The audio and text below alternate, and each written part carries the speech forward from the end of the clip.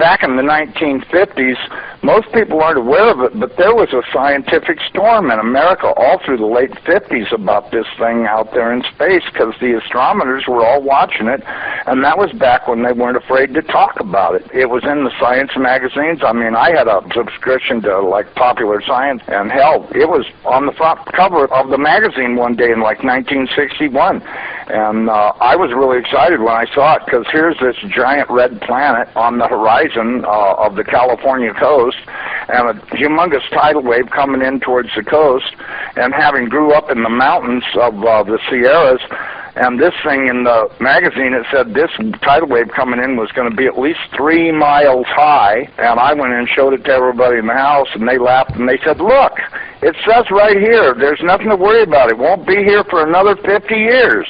Hey, guess what? That 50 years has came and gone, and this baby's out there in the sky. They've been watching it. I watched it, and I can tell you, this thing has got so much trash coming around it. You know how we live in a solar system?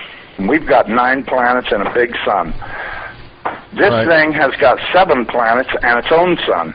But I believe that instead of having dirt on it like our planet does and water, I think this thing is just a big, bright reddish-orange iron ball, because it's giving off all this red iron oxide dust out into the atmosphere.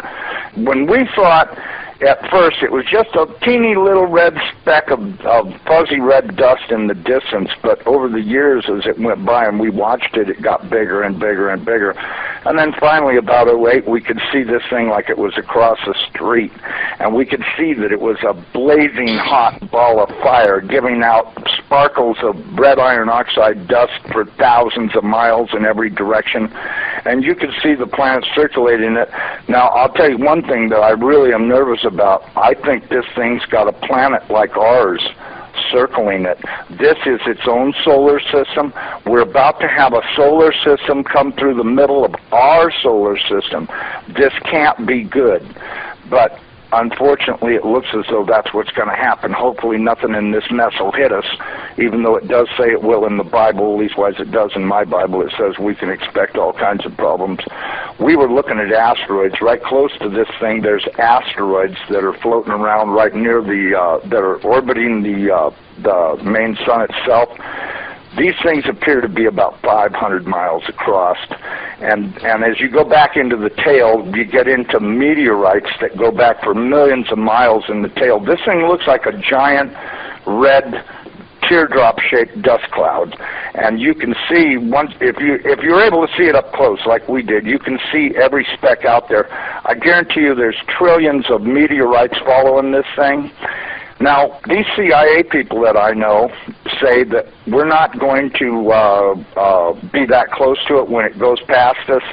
They're saying that in order to attain breakaway speed, when it comes up around the backside of the sun, its speed will at least double, possibly more, which will put it here earlier than everybody is saying it will, and that this thing will probably be about 20 million miles from us when it crosses in front of us.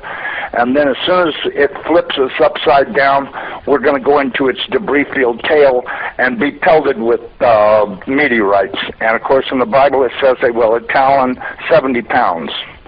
So if you've got 70-pound meteorites falling like hail, and I can guarantee you they will be falling like hail because there are that many in the tail of this thing. This thing has got a tail loaded with trash.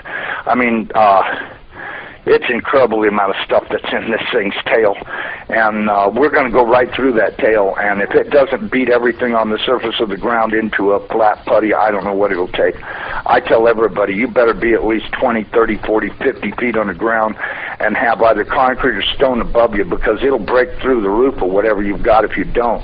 These CIA guys told me that this pole shift will probably happen from start to finish in around 28 minutes. That doesn't give you a lot of warning. When you see that thing out there in the sky, you're going to have to run as fast as you can to your underground facility, because this is going to happen so fast. Now, see, here's another thing nobody's talking about. You've got this giant iron planet that they say is 47,000 miles across, getting ready to come up past us, and when it starts to approach us, it's going to start and have real serious effects. So is it a planet or a failed star? It's not a failed star. You know, I saw this thing up close. It did not look like a failed star. It looked just like our sun. Right. Okay. Would you call our sun a failed star?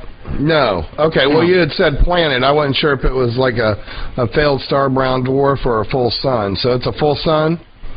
It looks to me like a miniature sun, just like the one we have.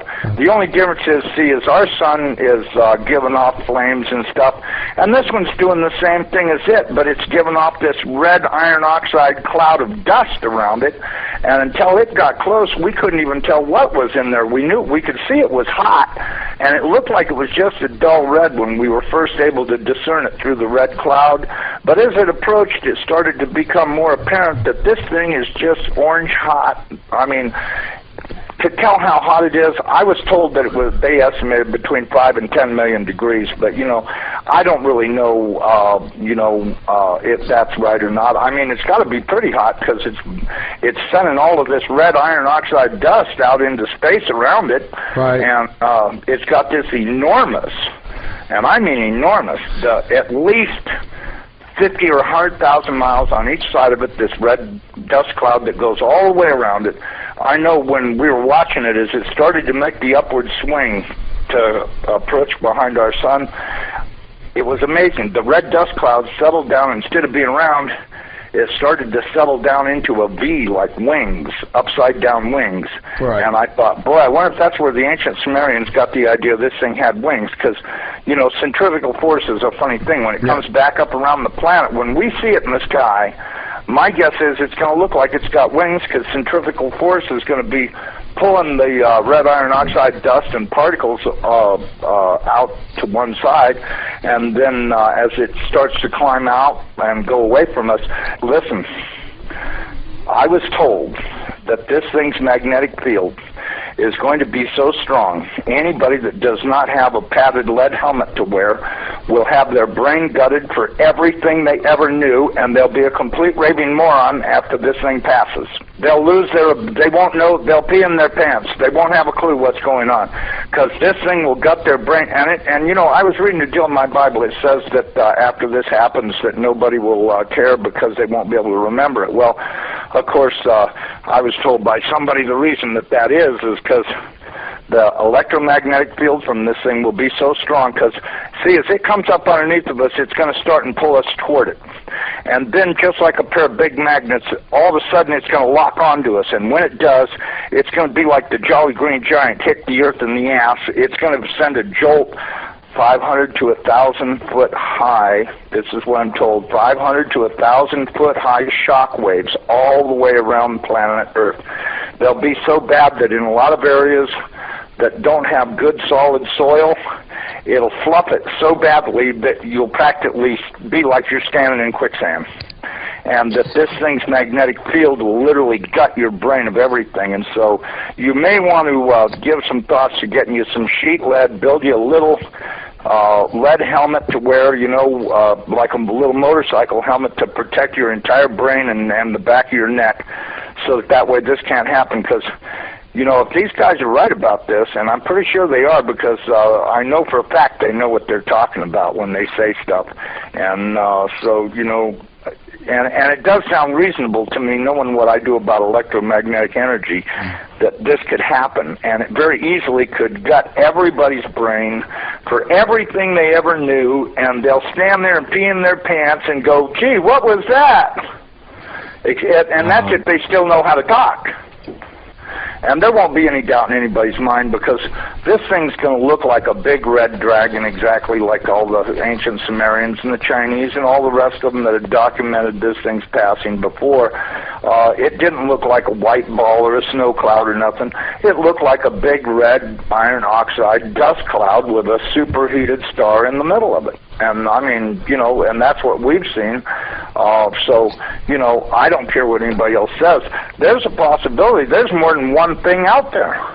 You know, I watched it through the Hubble Space Telescope, and when this thing looked like it was across the street, the Hubble got cut off and they encrypted it, and that was the end of any transmissions we had to watch. And we know that the Hubble, in order to be in the shadow of the Earth, had to be at an angle, and so that meant it was looking downward, and this thing was coming up underneath of us. And I tell you the honest to God truth, I personally think this thing is real close to us right now, but you know, that's just my general feeling that you know, and I'm a pretty psychic guy. I have the feeling that this thing is right close by and that we're going to see it any time. I mean, I've been doing everything I could do to get prepared for it. I'm really worried about what Jesus says. You know, when the fig tree is putting on its leaves, know that summer is near, and I'm at your door. And that worries me more than probably anything I've read in the Bible about this whole thing, the parable of the fig tree, because everything seems to be in place for this thing's arrival. And the bad thing is, he says, I'm going to come like a thief in the night. Well, it does also say in the Bible